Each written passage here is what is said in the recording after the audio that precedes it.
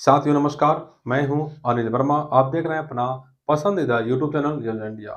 साथियों, योजना इंडिया योजनाओं का चरण है जिसके माध्यम से हम योजनाओं की जानकारी आप तक पहुंचाने की कोशिश करते हैं। इसी कड़ी में हम आपको बता रहे हैं कि उत्तर प्रदेश की बड़ी योजना है जिसका नाम है कन्या सुमंगला योजना। इसके बारे में हमने इस चैनल पे बहुत सा जानकारी वाला वीडियो डाल रखा है, आप वहां से जा करके देख सकते हैं। लेकिन हम एक सीरीज चला रहे हैं जिसमें बता रहे हैं कि कन्या सुमंगला योजना के तहत जो 6 चरणों में लाभ मिल रहा है, वो चरण कौन-कौन से हैं और उसके तहत जो आवेदन कब करना है, कौन-कौन से डॉक्यूमेंट लगेंगे और उसका लाभ आप कैसे प्राप्त कर सकते हैं। तो अब तक हमने बता रखा है कि कन्या सुमंगला योजना के तहत जब बच्ची पैदा होती है, तो उसको कितना लाभ मिलता है। बच्ची पैदा होने के बाद उसका टीकाकरण होता है, तो उसको कितना लाभ मिलता है। टीकाकरण के बाद कक्षा 1 में प्रवेश कर चुकी है, तो उसको कितना लाभ मिलता है। ये सब हमने यूट्यूब पर डाल रखा है। आज बताने वाला हूँ आपको कि कक्षा 6 में प्रवेश करने के बाद बालिका को सरकार कितना रुपया देती है और आगे कितना रुपया देगी।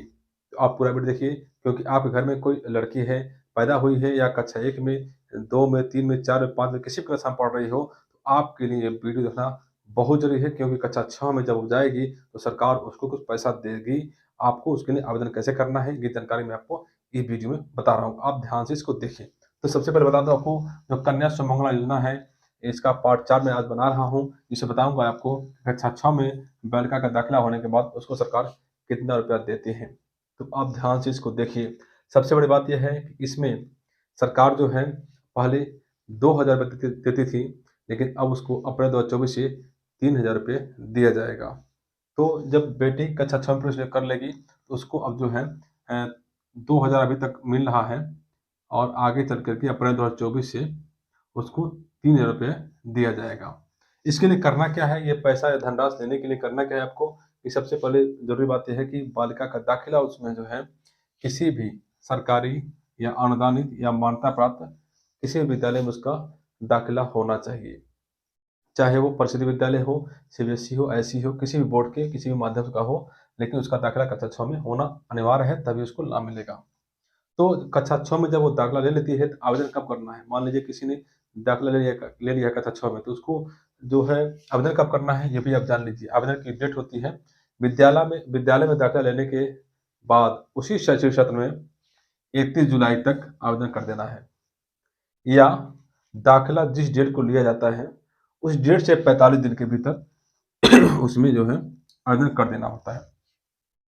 मतलब आप समझ गए हैं कि कक्षा 6 में जब प्रवेश हो जाता है, तो 31 जुलाई के पहले यदि दाखिला होता है, तो 31 जुलाई तक ही आवेदन कर देना होता है, या फिर इसका दाखिला जब हो जाता है, तो उसके 45 दिन के अंदर आपको आवेदन करना होता है। उसके पहले नहीं होगा, उसके बाद में भी आवेदन नहीं कर पाएँगे। तो अब इसके लिए पात्र कौन है? बता दूँ कि कौन-कौन ऐसे लोग हैं जिसके लिए आवेदन कर सकते हैं? इसके लिए सबसे बड़ी बात ये है कि उत्तर प्रदेश का निवासी होना चाहिए। दूसरा है आय प्रमाण पत्र होना चाहिए, जिसका जो है 3 लाख रुपए या उससे कम इसकी वार्षिक आय होनी चाहिए परिवार की। और ऐसा भी है कि इसमें 1 बेटी नहीं, 2 बेटियों को लाभ दिया जाएगा अधिकतम। लेकिन यदि किसी परिवार में पहले से 1 बेटी है और बाद में जुड़वा पैदा होती हैं, तो तीनों बेटियों को लाभ मिलेगा। वहीं पर यदि पहले से कोई जुड़वा बेटी रह रही है परिवार में और बाद में 1 बच्ची और पैदा होती है, तो भी तीनों बेटियों को इस योजना के तहत लाभ दिया जाएगा।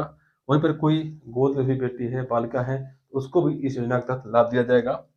और चौथी शर्त ये है, पात्रता है कि कक्षा 6 में उसका प्रवेश होना चाहिए। ये बड़ी चीज़ है। अब इसके लिए आपको लगाना क्या है, डॉक्यूमेंट क्या लगाना है, ये भी आप जान लीजिए। क्योंकि डॉक्यूमेंट बिना आपका आवेदन स्वीकार नहीं किया जाएगा, निरस्त हो जाएगा। तो सबसे पहला डॉक्यूमेंट है कक्षा 6 में उसका प्रवेश का प्रमाण पत्र होना चाहिए। जिस विद्यालय में प्रवेश ली है, उस संस्था के प्रधानाचार्य द्वारा प्रमाणित करके दिया जाएगा कि बालिका इस विद्यालय में प्रवेश ली है, और उस प्रमाण पत्र पर लिखा जाएगा विद्यालय का कोड और यू-डैश कोड लिखा जाएगा, उस पर आना चाहिए। आय प्रमाण पत्र, आय प्रमाण पत्र जो है 3 लाख रुपया और उससे कम का होना चाहिए, तहसील से ऑनलाइन जारी होना चाहिए। निवास प्रमाण पत्र लगाना होगा आपको।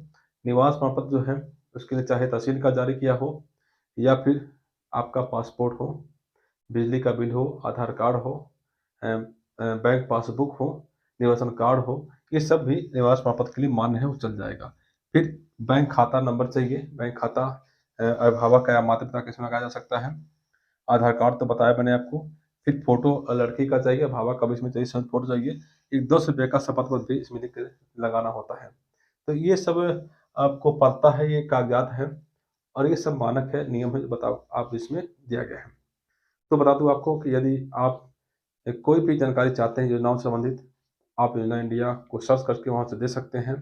यदि आप चैनल में नए हैं तो उसको सब्सक्राइब करिए, बेल आइकन को दबाइए ताकि आपको योजनाओं का नोटिफ़िकेशन मिलता रहे और इस वीडियो को अधिक से अधिक लोगों तक इसको शेयर करिए ताकि लोग योजनाओं के बारे में जानकारी प्राप्त कर सकें और अनावश्यक जो है उनका पैसा और समय दोनों बचें। तो आप देखते रहिए योजना इंडिया।